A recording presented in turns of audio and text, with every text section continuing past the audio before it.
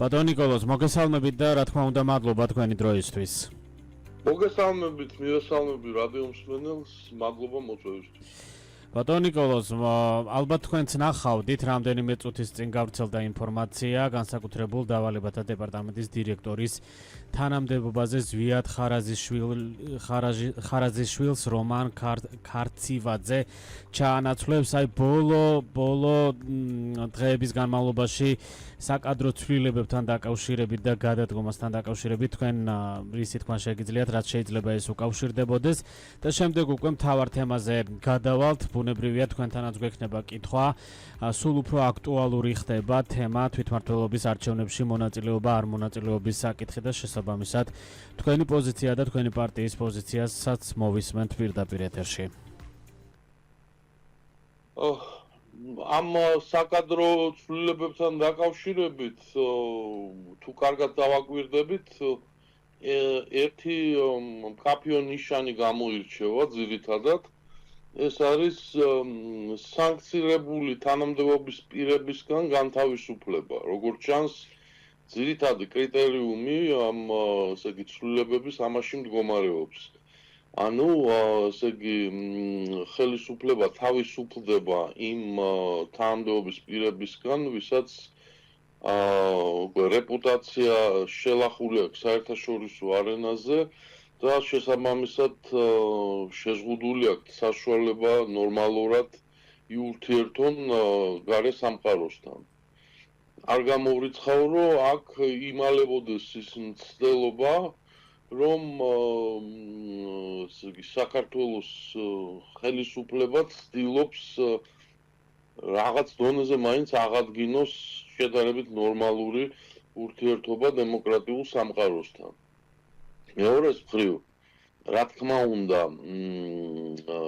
შიდა რეჟიმის სიმხარის ინტერესებიდან გამომდინარე, ეს თლად კარგი რეჟიმისთვის არ არის, იმიტომ რომ რჩება უამრავი, ესე იგი უკმაყოფილო ადამიანი, რომელსაც ისეთი განწყობა აქვს, რომ ისინი გამოიყენეს და ეხლა მოისროლეს. თუმცა, ისიც უნდა ვიცოდეთ, რომ მათი უმრავლესობა საკმაოდ ძლიერი ფინანსური მდგომარეობით ტოვებს თანამდებობას და ახლა შეუძლია მიეცენ მშვიდად განსხვავებას და საკუთარი ბიზნესების განვითარებას.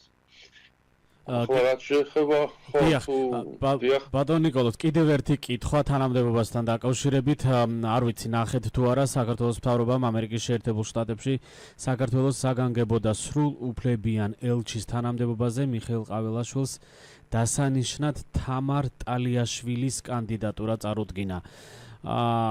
შეგიძლიათ გითხრათ ამ გადაწყვეტილებაზე რამე, როგორ ფიქრობთ, ანუ შეძლებს თუ არა ქალბატონი თამარი ურთიერთობების გაუმჯობესებას საქართველოსა და ამერიკის შეერთებულ შტატებს შორის? სიმართლე გითხრათ, ეს სახელი და გვარი მე არაფერს მეუბნება, არ ვიცნობ ამ ადამიანს. და აქედან გამომდინარე მიჭირს რამე გითხრათ თუ რამდენად წარმატებული იქნება ის პიროვნულად ამ თანამდებობაზე. თუმცა როგორც წესი, ახლა ბოლო დროს შეიმჩნევა ტენდენცია ნაკლებად კომპეტენტური პირების დანიშვნისა დიპლომატიურ თანამდებობებზე პოლიტიკური ერთგულების პრინციპით და ამერიკის შეერთებულ შტატებთან ურთიერთობა, რა თქმა უნდა, ახლა პიროვნებები განსაზღვრავენ, მაგრამ მთავარი განსაზღვრელი ფაქტორი მაინც სხვა რამეებში მდგომარეობს, ეს არის ქვეყნის პოლიტიკა, როგორც შიგნით დემოკრატიის თვალსაზრისით, ასევე გარეთ გეოპოლიტიკური ორიენტაციის თვალსაზრისით და ეს არის განსაზღვრელი მაინც. ნახოთ, შესაბამისად, აქედან გამომდინარე მომავალი გვიჩვენებს, როგორ განვითარდება ეს სიტუაცია. კი ბატონო, მადლობა, რაც შეეხება ჩვენს მთავარ თემას, თვითმმართველობის არჩევნები. ბატონო ნიკოლოზ, ალბათ ბოლო დღეების განმავლობაში თქვენც მოისმენთ არაერთ განცხადებას აღნიშნულთან დაკავშირებით. დამოუკიდებელი ექსპერტებიც აფასებენ, ამბობენ თავის მოსაზრებებს, აქაც ორად იყოფა მათი შეფასებები, ოპოზიციაშიც თუ რა პროცესი მიმდინარეობს, თქვენ ძალიან კარგად იცით. ნაწილი ამბობს, რომ არ მიიღებს მონაწილეობას, ლელო კი ამბობს, რომ სავარაუდოდ მიიღებს მონაწილეობას და განიხილავს მონაწილეობის საკითხს. გახარია საქართველოსთვის აქვს გაცხადებული, რომ მიიღებს ყველა არჩევნებში, რაც დაინიშნება საქართველოში და შესაბამისად თვითმმართველობის არჩევნებშიც მიიღებს მონაწილეობას. გითხარით, თქვენ პირადად რას ფიქრობთ აღნიშნულთან დაკავშირებით, თქვენი პოლიტიკური პარტიის პოზიცია რა არის თვითმმართველობის არჩევნებში მონაწილეობა არ მონაწილეობასთან დაკავშირებით და რომელ პოზიციას უფრო ემხრობით? Ну, ზოგადად ქართული ოპოზიციის წინაშე ორი გზა არის ახლა. არჩევნებში მონაწილეობა ან არჩევნებში არ მონაწილეობა.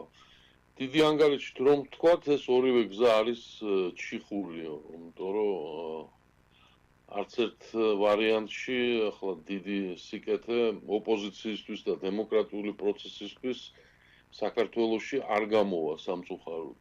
დაახლოებით ისეთი სიტუაცია გვაქვს კინოფილმ ლონდონში მთავარი გმირი რო სიზმარში გადის მინდორში და დედაბერი რო შეხვდება და ეუბნება რომ მარცხნივ წახვალ დაიღუპები, მარჯვნივ წახვალ დაიღუპები, ახლა შენი წრიო. ანუ ვიცით ჩვენ რომ არჩევნები საქართველოში უკვე მნიშვნელოვანწილად ფარსად არის გადაქცეული და შესაბამისად იდება ყოველთვის ის შედეგი, რაც სჭირდება ხელისუფლებას. მე და აქედან გამომდინარე, მნიშვნელოვანწილად ამ არჩევნებში მონაწილეობა კარგავს აზრს. განსაკუთრებით გამომდინარე იქიდან, რომ ჯერ პასუხები არ არის გაცემული და მთელი ეს მძიმე პოლიტიკური პროცესი, რომელიც რამდენიმე თვეა მიმდინარეობს წინა, ასე იგი, საპარლამენტო არჩევნებთან დაკავშირებით, დასრულებული არ არის და ღიად არის ეს ასე ვთქვათ, დიდი პრობლემა დარჩენილი. Ну, მეორეს მხრივ ისიც ვიცით ჩვენ, რომ საერთოდ ძალიან მძიმეა პოლიტიკური პარტიისთვის თავის არიდება არჩევნებისგან, იმიტომ რომ ის პრაქტიკულად ამით, ასე იგი, ნორმალური პარტიული ფუნქციონირების რეჟიმიდან ამოვარდნილი რჩება, განიცდის დეკვალიფიკაციას, კარგავს მნიშვნელოვანწილად კონტაქტს ამომრჩეველთან და ასე შემდეგ. ამიტომ, აქ ასე მიიყვანა, ასე დააყენა საქმე დღესდღეობით ქართულმა ოცნებამ, რომ ქართულ პოლიტიკურ სპექტრს და ოპოზიციას რეალურად ნორმალური არჩევანის საშუალება დატოვებული არ აქვს.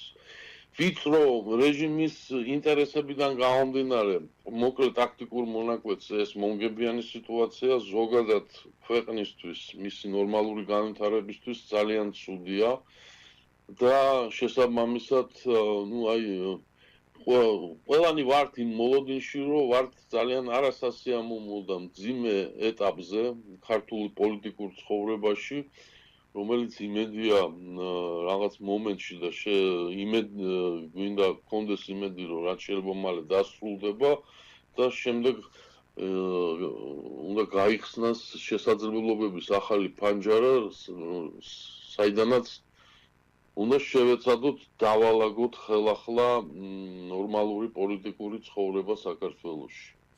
ბატონო ნიკოლოზ, ერთი განცხადება მინდა შემოგთავაზოთ, შესაბამისად ამ განცხადებიდან გამომდინარე მექნება თქვენთან კითხვა, ოპოზიციას ერთობლივად უნდა ემსჯელა არჩევნებთან დაკავშირებით, სანამ ონლაინ დებატებში შევიდოდა. არჩევნების თარიღი ცნობილი იყო და ოპოზიციას ამასთან დაკავშირებით ხედვა უნდა ჰქონოდა. ამის შესახებ კონსტიტუციონალისტმა ვახუშტი მენაბდემ განაცხადა. ვახუშტის მენაბდის თქმით, ოპოზიციის არც ერთმა მხარემ არ გაიღო სათანადო ძალისხმევა, რათა პოლიტიკურ თხის წესრიგში შემოეტანა საკითხები, რაც დემოკრატიას ემუქრებოდა და ახლა ოპოზიციის დიდი ნაწილი ისევ პერსონალურ კინკლაობაში რჩება. აქედან გამომდინარე კითხვა, როგორ ფიქრობთ, ანუ მთავარი მიზეზი რა არის იმისა, რომ ოპოზიციამ აღნიშნულ საკითხზე, ძალიან მნიშვნელოვან საკითხზე ვერ მოახერხა კომუნიკაცია და უფრო საჯარო გახადა და Facebook-ის მეშვეობით ერთმანეთის საწინააღმდეგო პოსტები თუ განცხადებები კეთდება. რატომ ვერ ხერხდება აღნიშნულ საკითხზე კომუნიკაცია? ნუ ერთობა ერთიანი პოზიციის შემუშავება ტრადიციული პრობლემაა ქართული ოპოზიციისთვის. ნუ ახლა კაცმა რომ თქვას, ეგ გასაკვირი არ არის. ძალიან განსხვავებული პოლიტიკური ძალები და პიროვნებები არიან ჩართული ამ პროცესში. ყველას თავისი წარსული შლეიფი აქვს და განსხვავებული ხშირად ინტერესები და ხედვა ქვეყნის და საკუთარ განვითარებასთან დაკავშირებით.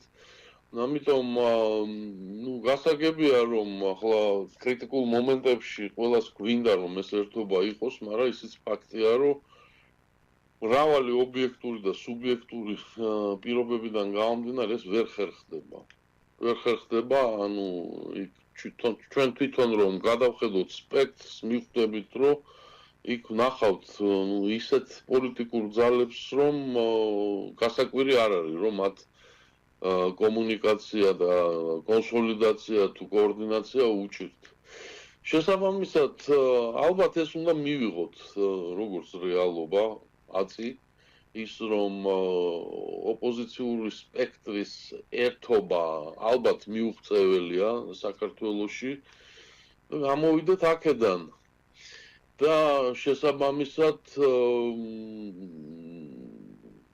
უკვე მოხდეს გაერთიანება იქ და იმ პოლიტიკური პარტიების, ვისაც აქვს საკმარისი სიახლოვე და ხედვა და ტრადიცია თანამშრომლობის, ნუ სადაც ის არ ხერხდება, მივიღოთ ეს როგორც ფაქტი და მორჩა. მაშინ ჩდება კითხვა ამ რეალობის მიღებით შედეგი ამ რეალობის გათვალისწინებით როგორი შეიძლება დადგეს? შედეგს ჩვენ ხედავთ ჯერჯერობით ისეთი სიტუაცია გვაქვს რომ მმართველმა რეჟიმმა ამ სხვადასხვა ზომების მიღების შედეგად გარკვეულწილად განიმტკიცა თავისი ძალაუფლება, მაგრამ მე ვხედავ ამ განმტკიცებას უფრო ტაქტიკურ დონეზე. სტრატეგიულად არასწორი და არაჯანსაღი გადაწყვეტილებებია მიღებული, რასაც გარკვეულწილად მივყევართ იმ წერტილამდე, როცა ეს კვანძი უნდა გაიხსნას და რაღაც ახალ პოლიტიკურ დღის წესრიგზე უნდა გადავიდეს ქვეყანა, მაგრამ ამისთვის მე როგორც ვფიქრობ, საჭიროა რომ საერთაშორისო საგარეო ვითარება მომწიფდეს შესაბამისად და შესაბამისი მომწიფების პროცესი მოხდეს ასევე საშინაო პოლიტიკურ ცხოვრებაშიც. თქვენ გამორიცხავთ, ანუ მიუხედავად იმისა, ჩვენ ახლა ვსაუბრობთ იმაზე, რომ პრაქტიკულად შეუძლებელიაო თქვენ ამბობთ და უნდა მივიღოთ ეს რეალობა, ვინაიდან შეუძლებელია მოხდეს შეთანხმება, ხო, დიდი შეთანხმება. თუმცა ნახეთ რაზე მინდა დაგისვათ კითხვა, მაგალითად ხატია დეკანოიძემ გააკეთა განცხადება იმასთან დაკავშირებით, რომ ოპოზიციას ერთიანი პოზიცია აძლიერებს და მიაჩნია, რომ ქართული ოცნების საპატიო თავმჯდომარის ბიძინა ივანიშვილის მიზანია, რომ ოპოზიციურმა სუბიექტებმა ძალების კონსოლიდაცია ვერ მოახდინონო. ხატია დეკანოიძის განცხადებით, არც ერთი საერთაშორისო დამკვირვებელი ქოცების ჩატარებულ ოპერაციას არ დააკვირდება. დიდწილად დამოკიდებულია ლელოზე, გახარია მარტო არჩევნებში ვერ შევა, ნეიტრალურ კანდიდატს არჩევს, მისი პარტიის იმედი არა აქვსო. შესაბამისად, ამ განცხადებიდან გამომდინარე, ხომ არ შეიძლება ვივარაუდოთ, რომ ჯერ კიდევ რაღაც გარკვეული სივრცე დარჩენილია ამ დიდი შეთანხმებისთვის? ნუ დავაკვირდეთ, ახლა ცდილობები ალბათ იქნება, მაგრამ ჩემი დაკვირვებით ასე თუ ისე გარკვეული მრავალპარტიულობის სურათის დადებას ხელისუფლება მაინც ახერხებს ამ არჩევნებზე. იმ პირობებშიც კი თუ ლელომ და გახარიამაც მონაწილეობა არ მიიღეს, მაგრამ ვიცით თან რომ გახარია ყველა ვარიანტში იღებს და კაცმა რომ თქვას ლელოს ბოლოდროინდელი განცხადებებით ცხადყოფს იმას, რომ ეს გადაწყვეტილება მაგ პოლიტიკურ ძალაში უკვე მიღებულია. ამიტომ მე ვფიქრობ, გარკვეული ნაწილი პოლიტიკური სპექტრის ალბათ არჩევნებს ბოიკოტს გამოუცხადებს. მიუხედავად ამისა, სურათია, აი ფსევდო დემოკრატიულობისა და გარკვეული მრავალპარტიულობისა ამ არჩევნებზე მაინც იქნება და ხელისუფლება ამის სურათის შექმნას შეძლებს.